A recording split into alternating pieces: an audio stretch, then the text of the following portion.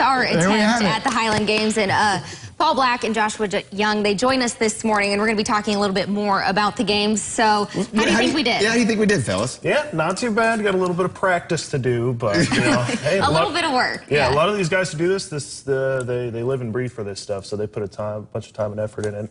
We're really looking forward to having a bunch of I honestly thought I was going to be a lot stronger. I thought I'd be able to throw the keg. that keg was empty for everybody at home. So when they do a keg toss, at least let them think that it was full. At least let them think it was full. Yeah. I think they knew it wasn't full whenever we were actually getting it over our heads. So the keg toss is not something they're going to be doing necessarily this weekend, right? No. But it is something they do at the Highland Games. What are all the games? The caper toss. The caper toss is what the big pole is. Can you kind of explain? That's kind of the big crescendo of the day, right? Correct. And so we've got that going on. We've got a weight over bar, a hammer throw. We've got some weight for distance. But yeah, and then stone put. Yeah, stone put, sheaf throw. So basically, it's a lot of like strength games out there. Yeah, throwing heavy things, varying distances and heights. Now, how many competitors do you have coming out this Saturday? Approximately 32, and we do have someone coming down. One of the female competitors. She's out of Indianapolis. I guess she's attempting to break her own world record. Wow. So that would be really awesome. So people are a lot better at it than we were. So, Paul, this is the first year of this event, and the Shriners are putting this on. What are the Highland Games for people who don't know, because this is new to the area? Sure. The Highland Games have been dating back all the way to I think the 11th century, when the King of Scotland asked all the local people to do a contest of running because he wanted to find out who would be the fastest person to be his messenger throughout town. Mm-hmm. And then they kind of leapfrog from there, and you know, the Olympics are somewhat similar to what we do.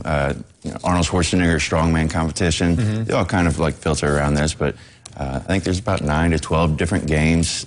We're only doing 6 of them on Saturday, but we just thought it'd be fun for the area to try something out. And it's really celebrating kind of the Scottish heritage. If you can't tell by my fair skin, I have Scottish heritage, and so I'm really interested in this stuff. And I think that's another thing too. We have so much of German here, and a lot of things celebrating the German culture. This is kind of a different culture we're celebrating here in the tri-state. Yeah, and we're definitely excited to do that and bring something new to the area. Everybody's always asking for things to do. Well, we got something new for the tri-state to try, so obviously we hope everybody comes out. So, yeah, and for people who want to come out to this event, can you kind of just give us the details of where's it going to be and how much does it cost? Sure. The event takes place at Angel Mounds. It is $10 a ticket. Children 12 and under get in for free. Active military, firefighters, and police department also gets in for free. If you still want to get involved in the Braveheart 5K run, that takes place at 8 o'clock in the morning.